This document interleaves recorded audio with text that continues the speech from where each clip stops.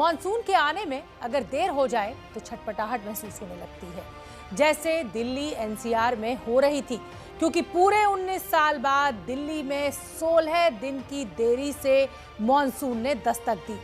लेकिन मॉनसून के बादल जब आफत बनकर बरसना शुरू करते हैं तो तबाही का मंजर दिखने लगता है, जैसा उत्तराखंड से लेकर बिहार और हिमाचल से लेकर राजस्थान तक दिखाई दे रहा है।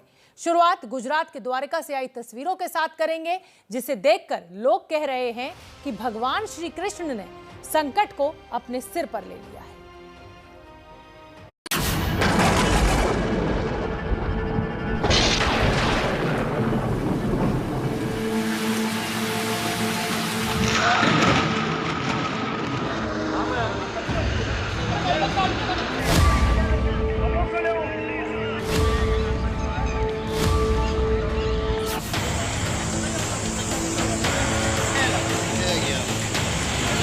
चार पांच मकान थे, बिल्कुल बह गए पानी में।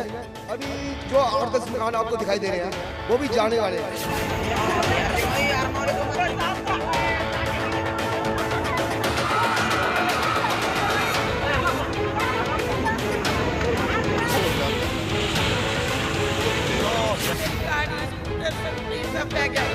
पता भी नहीं लग रहा था कुछ था।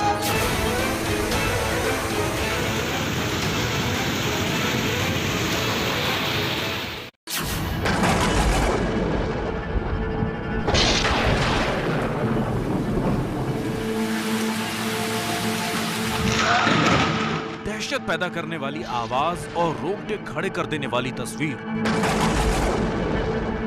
मानो कुदरत अपना क्रोध प्रकट कर रही है। मूसलाधार बरसते बादलों के बीच आसमान में चिंगारी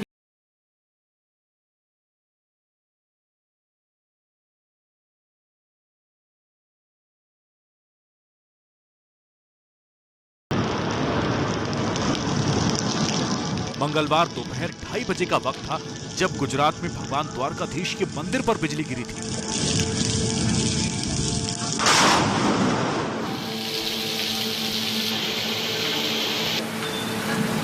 सुबह से तेज बारिश हो रही थी और दोपहर में जगत मंदिर की ध्वजा पर बिजली गिर गई।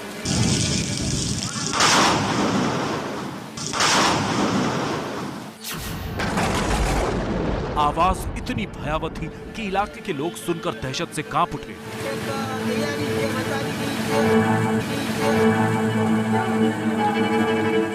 बिजली गिरने से सिर्फ मंदिर की ध्वजा को नुकसान पहुंचा। टीवी स्क्रीन पर 2 तस्वीरें हैं, एक बिजली गिरने से पहले और दूसरी बिजली गिरने के बाद। दोनों तस्वीरों में दिखाई दे रहा है कि सिर्फ 52 गज की ध्वजा पर असर हुआ है और मंदिर की दीवार काली पड़ गई है।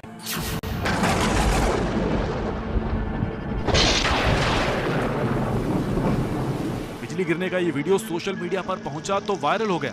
इस वीडियो को शेयर करते हुए लोगों ने प्रतिक्रिया दी कि भगवान श्री कृष्ण की कृपा से किसी तरह की अनहोनी नहीं हुई। तस्वीरों में साफ दिखाई दे रहा है कि मंदिर के आसपास घनी आबादी वाला इलाका था। इसमें कोई शक नहीं कि अगर बिजली मंदिर पर न गिरकर रिहायशी इलाके में गिरती तो बहुत बड़ा हादसा हो सकता था।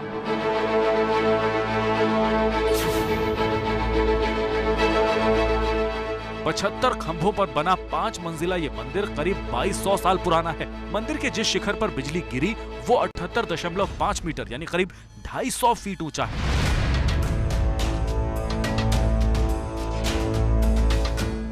इस शिखर पर रोज 3 बार ध्वजा चढ़ाई जाती है और इसे ही 52 गज ध्वजा कहते हैं। लेकिन शुक्र इस बात का है कि आसपास घनी आबादी होने के बावजूद कोई हादसा नहीं हुआ। 3 दिन में ये दूसरी घटना है जब बिजली गिरने की तस्वीर कैमरे में कैद हुई। पहली तस्वीर द्वारकाधीश मंदिर पर बिजली गिरने की है, जबकि दूसरी तस्वीर 2 दिन पहले राजस्थान के आमेर किले की है, जब रविवार को वहां बिजली गिरी थी।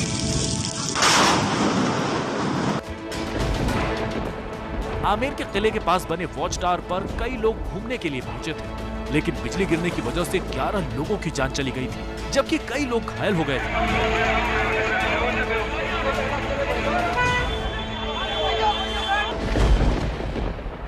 पिछले 3 दिन में यूपी, राजस्थान, मध्य प्रदेश और गुजरात समेत देश के कई हिस्सों में आकाशीय बिजली कहर बनकर गिर रही है। मौत का आंकड़ा बढ़ता जा रहा है।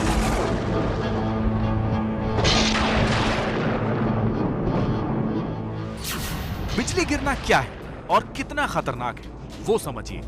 आसमानी बिजली गिरना जमीन और तूफानी बादलों के बीच करंट के प्रवाह में असंतुलन की प्रक्रिया है। धरती पर मौजूद पेड़, मीनारें और जमीन में करंट आने लगता है। आसमानी बिजली लोहे या मेटल की पाइप, बिजली और टेलीफोन के तारों, यहाँ तक कि जमीन में भी बहने लगती है। जिस जगह बिजली गिरती है वहाँ की हवा का तापमान सूरज की सतह से भी 5 गुना ज्यादा हो जाता है। आसमानी बिजली को वोल्ट से मापा जाता है और 1 वोल्ट करंट के 1 बिलियन वोल्ट के बराबर है।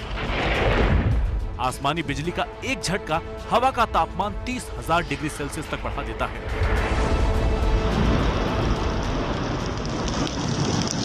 इसलिए बिजली गरजे तो खुले इलाकों में जाने से बचें। मोबाइल, वॉच टावर, पेड़ के पास भी खड़े होने से बचें, क्योंकि ये बिजली के प्रवाह का रास्ता बन जाता है। गाड़ी में बैठे हो तो खिड़कियां बंद कर लें। तालाब, झील, पानी वाली जगहों से दूर रहें। बिजली गिरने के दौरान जमीन के बल कभी ना लेटें।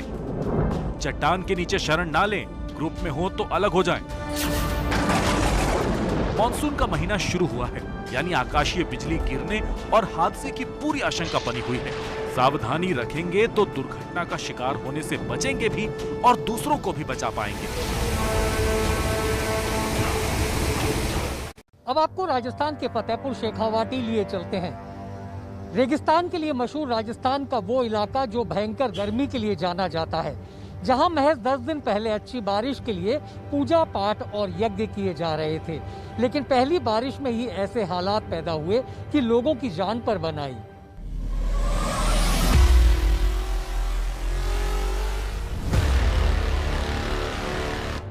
बसों के अंदर पानी घुस गया है, सीटों तक पानी आ रहा है।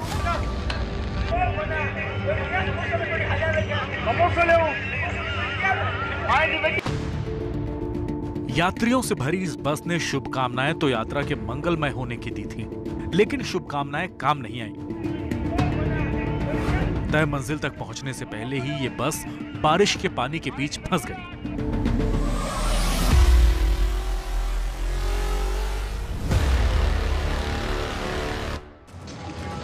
बारिश की फांस भी ऐसी कि ना तो बस आगे जा सकती थी और ना पीछे आ सकती थी। चारों तरफ देखने वालों की भीड़ लग गई, चीख पुकार मच गई। हल्ला हो गया कि लोगों से भरी बस पानी में फंस गई है, जरा जल्दी निकालो।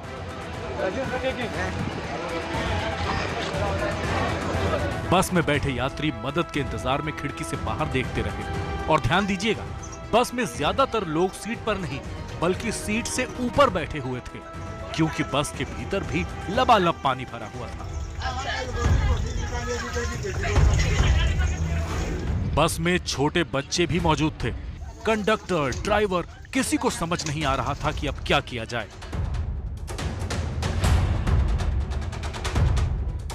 राजस्थान के फतेहपुर शेखावटी में यह बस एक रेलवे अंडरपास के पास फंसी हुई थी। टीवी स्क्रीन पर जो बस दिख रही है वो राजस्थान रोडवेज की बस है। लेकिन इस अंडरपास के करीब एक प्राइवेट बस भी मौजूद थी, यानी एक नहीं बल्कि एक साथ दो बसें बारिश के पानी में फंसी थी।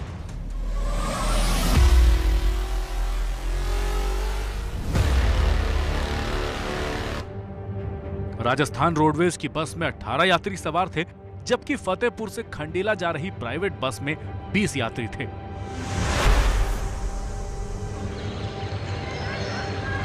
ये राजस्थान के उस इलाके की तस्वीर है जो 10 दिन पहले तक बूंद बूंद पानी के लिए तरस रहा था। लेकिन मंगलवार को शुरू हुई पहली बारिश ने राजस्थान के सीकर की तस्वीर बदल कर रख दी।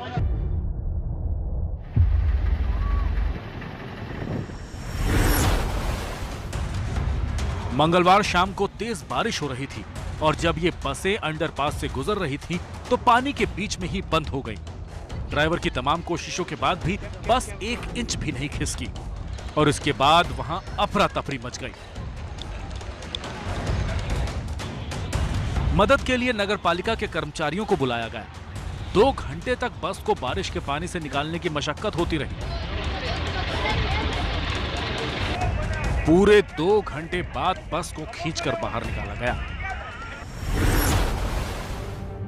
लेकिन सवाल उनसे जिन पर बारिश में शहर की व्यवस्था को दुरुस्त रखने की जिम्मेदारी है। आखिर वो किस तरह का इंतजाम करते हैं कि पहली ही बारिश में सीकर का दम फूलने लगा। कई इलाकों में 3 से 4 फीट तक पानी भर गया। ऐसा क्यों हुआ कि पहली बारिश में ही बसों के डूबने की तस्वीर सामने आने लगी?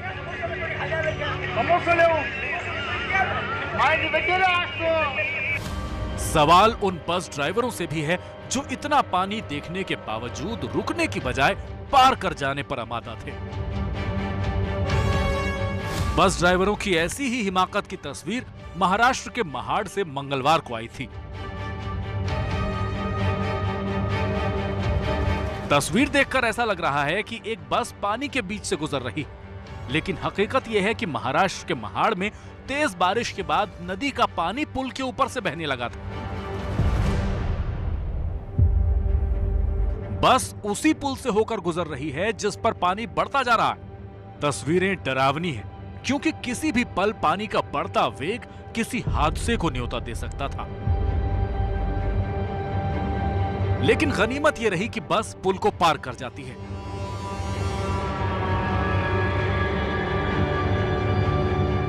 लेकिन बाकी छोटे वाहन ऐसा करने की हिम्मत नहीं करते और बड़े वाहनों को भी ऐसी गलती से बचना चाहिए। इन दो तस्वीरों को देखिए। महाराष्ट्र के महाड़ से आई इस पहली तस्वीर में बस पानी को पार कर रही, लेकिन राजस्थान से आई दूसरी तस्वीर में यात्रियों से भरी बस पानी में फंसी हुई है। इन तस्वीरों से सबक लीजिए और हादसे को न्योता मत दीजिए।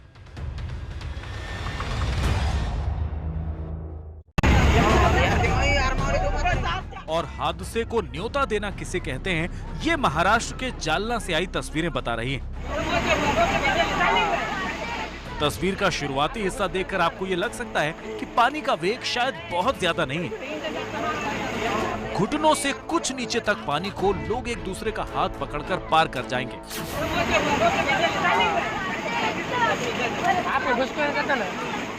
लेकिन 44 सेकंड के वीडियो में आपने अब तक सिर्फ 9 सेकंड का हिस्सा देखा है। अब ध्यान से देखिए तस्वीर में 9 सेकंड के बाद क्या हो रहा है।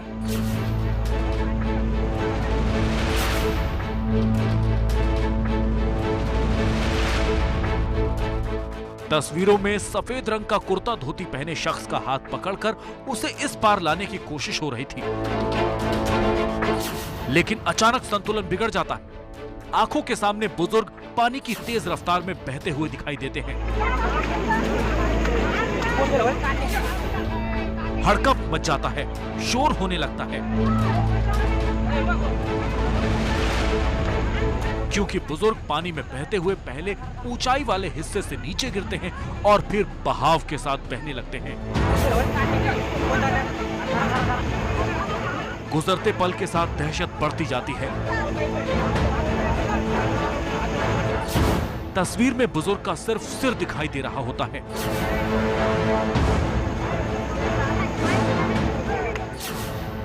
तभी अचानक पानी में एक युवक छलांग लगाता दिखाई देता है, जो बुजुर्ग को बचाकर किनारे पर ले आता है।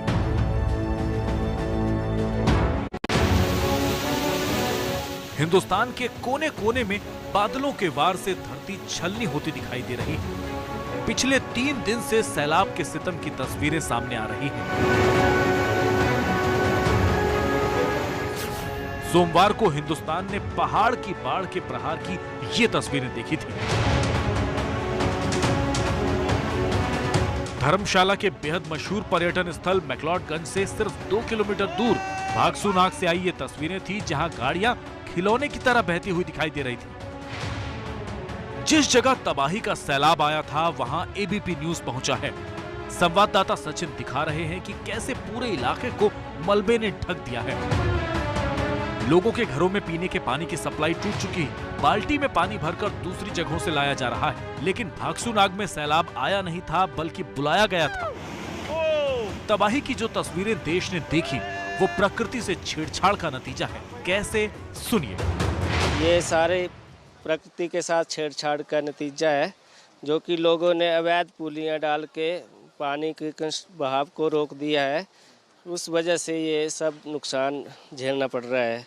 तो यहाँ पे हर वर्ष इसी तरह की भारी बारिश होती है। इसके बावजूद भी लोगों ने होटलियर जो बाहर से आके ज़मीनें खरीद कर कंस्ट्रक्शन करते हैं, उन्होंने अवैध कंस्ट्रक्शन करके नाला बिल्कुल ही संकीर्ण कर दिया, उसको बिल्कुल ही तंग कर दिया है। सुना आपने, सैलाब इसलिए आया क्योंकि बारिश के बाद पानी जिस रास्ते से निकलता था उसे इंसान ने अपने स्वार्थ के लिए सकरा कर दिया। और जब जब प्रकृति के रास्ते में रोड़ा अटकाया जाता है तब तब कुदरत ऐसे झटके देकर अपना रास्ता खुद बना लेती है। और इसीलिए इंसान को अपनी आदतों में सुधार करना होगा और इस बात को स्वीकारना होगा कि अगर कुदरत है तो हम हैं।